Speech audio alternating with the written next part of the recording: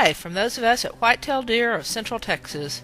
In this video, we're going to be looking at bucks dropping their antlers. This typically happens in the months of February and March. This is Sombrero. He's a 3-year-old breeder buck who has just lost his antlers.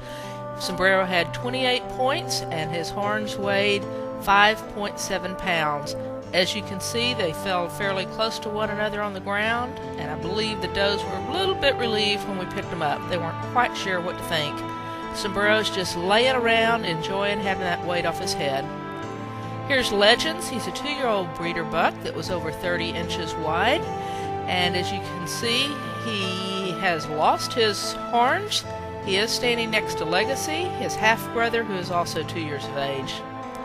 This fella didn't really know what to think when he lost his second antler. As you can see from his head turning and his puzzled reaction, he's pretty confused.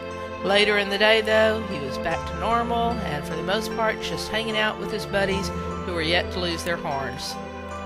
Here's a 1-year-old fella who seems to be trying to speed up the process. It appears as if his antlers might be itchy. These are also 1-year-old bucks, and of the 3, 2 of them have each dropped 1 antler. They carried their second horn for another 2 days before it fell off, but I'm sure once it did, they were pleased to be back to being balanced again and ready to get started with their new growth. This final segment of the video is of our buck fawns. The buck fawns have been playing in the mud. They're about 9 months old here, and what we're seeing on their heads are called buttons.